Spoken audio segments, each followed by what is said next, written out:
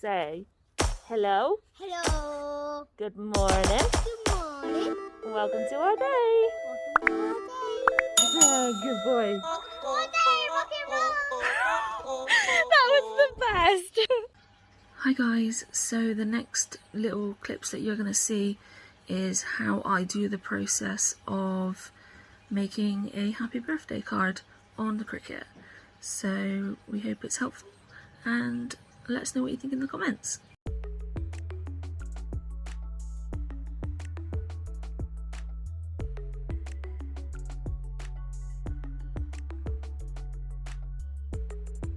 So first we need to get a photo from your library on your iPad.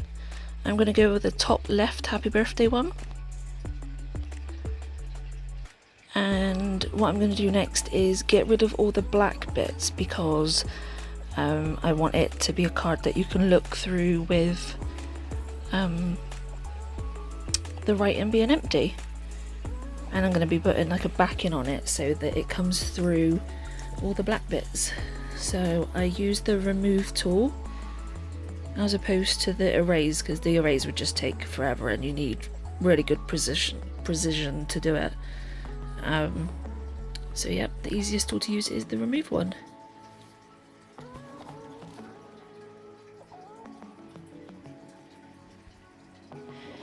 On here you can see slightly that the outline, when you remove it, it's still got a few black dots. In this situation, when you're doing a cutout like this, it really doesn't matter because it still has the main shape, so you don't need to go through it with the eraser afterwards. It's just absolutely perfectly fine. And you can see on the top right that as you're taking away the black bits, you can see what the card is going to look like afterwards.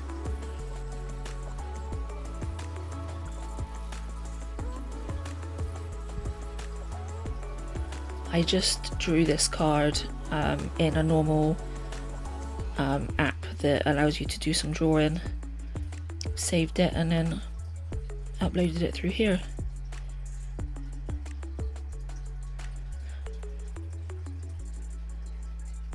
I often get a lot of paper cut designs off of Google, and sometimes I'll add to it, I'll put my own touch to it and just draw from that as well.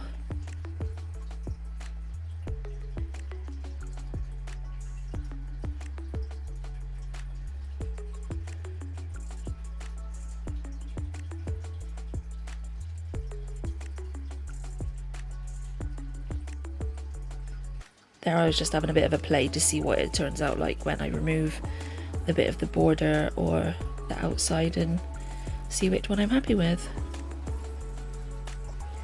Once it's done, you can see everything of how it's going to be perfectly, and save it as a cut image rather than print and cut because you're not going to be printing anything. Once it's saved, you can go down into the little open image at the bottom left, but this time open uploaded images because you've already uploaded it now, and then you just got to find it amongst all your saved files. Once it's there, if you unlock the little padlock at the bottom, and you can then add whatever width and height you want. Obviously if you want it square, keep the padlock on, and then that way it'll be sorted for you. And I've got my black card on the Cricut mat, and feed it into the machine. I always make sure that the little bit on the arrow that's at the top of the Cricut mat, put that in first, because otherwise you can find that it catches on the little compartment where you can store pens and blades and things like that.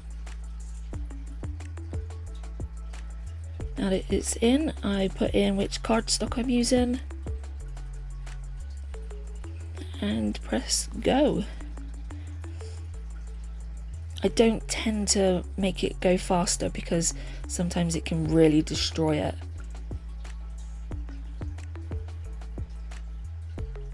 So now the Cricut machine is doing its work.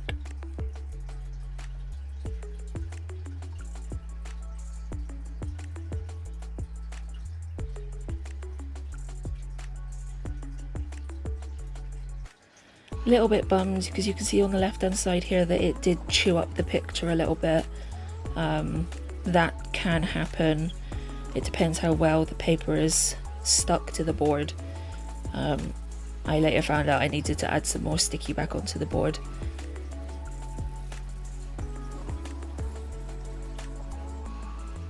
So I removed the bit that I want to keep. You can see there it's the B that's kind of a bit damaged, but the rest looks absolutely gorgeous. What I did here is I had sorted out the B with just the blade, and now I'm measuring out the card I want underneath. Put some double-sided sticky tape around the back of the black paper and any of the bits that could be floating and could get caught when going in and out of the envelope. Once it's stuck, I then add some gold trim. Just adds that extra little bit of detail to the black. I've then got this Jelly Roll glue pen. They are amazing for these little sections here. If you find that you still got some sticking up, just put a bit of glue on the back, and because it's got a nib, it is really precise, and stick them down, and then you have your card made. Beautiful.